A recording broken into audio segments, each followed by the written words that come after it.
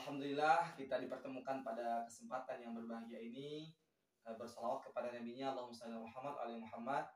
Jadi Ustaz, saya akan bertanya kepada Ustaz mengenai utang piutang. Bagaimana hukum utang piutang dalam Islam? Kemudian bagaimana adab-adab dalam utang piutang? Karena kalau kita lihat hari ini yang berhutang ketika ditagih itu luar biasa. Iya. Ya kan? Mau makan orang yang menghutangkan, begitulah. Lebih ganas orang Lebih yang ganas berhutang gitu ya. Ya, lebih ganas orang yang berhutang daripada yang memberi hutang. Ketika dia mau minjam uang, lembut gitu ya. Ya. Ibarat mengemis-ngemis gitu. Tapi pas kita mau nagih, ya, orang yang berpiutang ini yang ngemis-ngemis minta ya. Itu tadi. Terus pertanyaan di awal tadi bagaimana? Iya. Baik, masalah hutang piutang. Islam tidak melarang untuk melakukan hutang piutang. Ya, jadi tidak pula menganjurkan. Jadi hukumnya di sini mubah, boleh. Boleh kita melakukan hutang kalau memang keadaan kita terdesak, dan jangan pula dijadikan hutang ini suatu kebiasaan. Tidak boleh. Karena kalau kita jadikan hutang piutang itu suatu kebiasaan, di dalam sebuah hadis Nabi kan, orang yang berhutang ini hutang ini akan menyebabkan sah di malam hari, ina di siang hari. Ini masalah hutang. Bagi orang yang berhutang berarti. Jadi kalau memang kita butuh gitu kan, tapi kita nggak ada, itu mau gimana lagi, itu udah suatu keadaan. Ya, tapi kalau berhutang ini harus bisa pula kita mengukur badan, mengukur bayang-bayang gitu ya. Maksudnya jangan kita berhutang yang banyak padahal kemampuan kita untuk membayar sebenarnya nggak bisa dia. Kita sebenarnya nggak mampu berhutang banyak gitu kan. Tapi kita paksakan untuk berhutang banyak. Ini kan akan menjadi beban bagi kita sendiri. Ya, jadi yang menzalimi diri kita itu bukan orang lain, tapi kita sendiri.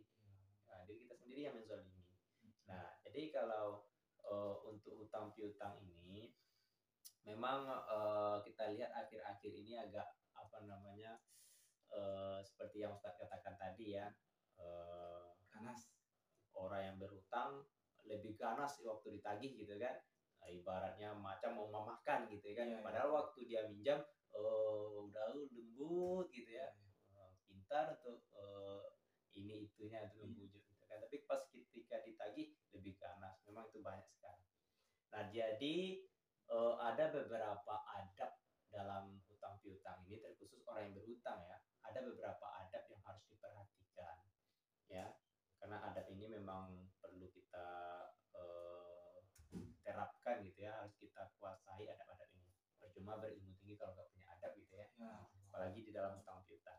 Jadi adab yang pertama itu di dalam transaksi hutang piutang, kita harus mencatat ya. Dalam melaksanakan hutang piutang itu harus ada catatannya. Kenapa harus ada catatan? Karena di sini Allah sendiri yang menyuruh kita. Ya, di dalam surat Al-Baqarah ayat 282. Ini ayat yang terpanjang di dalam Al-Qur'an. Ya, surat yang terpanjang itu kan surat Al-Baqarah. Ayat yang terpanjangnya masih dalam surat Al-Baqarah ayat 282. Itu membahas tentang hutang piutang, bermuamalah untuk berkeadilan gitu. Ya, jadi di dalam ayatnya berbunyi, ya ayyuhalladzina amanu idza tadayantum bidainin ila ajalin musamman faktubu. Hai orang-orang yang beriman, apabila kamu melaksanakan hutang piutang atau bermuamalah tidak tunai, maka tuliskanlah. Jadi ini kan Allah yang menyuruh. Kalau Allah sudah menyuruh, berarti banyak manfaatnya di sini. Kalau kita tinggalkan, banyak mudaratnya. Namanya ini suruhan dari Allah gitu ya. Nah, apa dampaknya kalau kita tidak menuliskan? Banyak sekali dampaknya. Ketika kita melihat atau ketika terjadi seseorang yang sudah meninggal dunia gitu kan, ahli waris kan selalu mengatakan kalau si mayat punya utang piutang, pertama mohon direlakan kan gitu. Tapi kalau tidak bisa direlakan, kami sebagai ahli waris bersedia untuk membayar. Nah, jika seandainya si mayat ini punya hutang kepada si A misalnya, lalu si A tidak punya catatan, si mayat juga tidak punya catatan yang ditinggalkan gitu. Si A seakan-akan mengaku, oh si mayat ini punya hutang sama saya 5 juta gitu. Ini 5 juta kan angka yang besar juga nih kan. Nah, si ahli waris apakah mau dia membayar 5 juta itu langsung? Otomatis tidak. Tentu si ahli waris meminta, mana buktinya? Bukti, betul. Mana catatannya? Ya kan? Oh, ternyata nggak punya catatan. Lalu ahli waris otomatis nggak mau membayar. Oh, si ini bisa jadi akal-akalan. Ya kan? Padahal sebenarnya dia punya utang gitu, tapi dia nggak punya catatan. Nah, otomatis kan akan terjadi pertikaian di situ. Masalah ya. Nggak ada masalah di situ. Makanya Allah menyuruh tuliskanlah faktubu, tuliskanlah. Ya. Jadi kalau kita tidak menuliskan banyak nanti dampaknya, banyak risikonya. Kedua, kalau kita melakukan hutang, jangan pernah sekali-kali berniat untuk tidak membayarnya. Ada yang kedua ini. Ada yang kedua. Kalau kita berhutang nih, jangan pernah berniat untuk tidak membayar.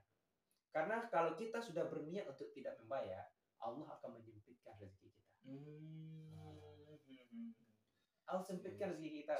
Akhirnya kita juga tidak bisa membayar gitu loh. Nyuri berarti. Iya, di akhirat nanti kita akan dianggap sebagai pencuri. Jadi kalau kita berhutang itu jangan pernah berniat untuk tidak membayar. Jadi usahakanlah secepatnya membayar. Ya, jangan pernah jangan pernah berniat untuk tidak membayar. Karena begitu dahsyatnya masalah hutang ini. Bahkan Nabi sendiri tidak mau menyolatkan jenazah yang masih ada hutang. Ya, Rasulullah nggak mau menyolatkan. Ya, itu yang kedua. Ya, masalah hutang piutang ini. Adab yang kedua ada yang kedua. Ya, adab yang ketiga. Ya, kalau kita punya kemampuan, ya, segerakan untuk bayar hutang. Ya, karena di dalam sebuah hadis juga, apabila seseorang itu mampu untuk membayar hutang, tapi dia tidak membayar, itu merupakan suatu kezaliman. Dia zalim, padahal dia mampu sebenarnya.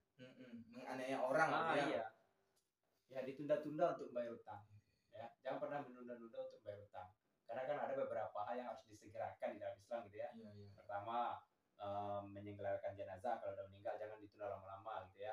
Yang kedua, ya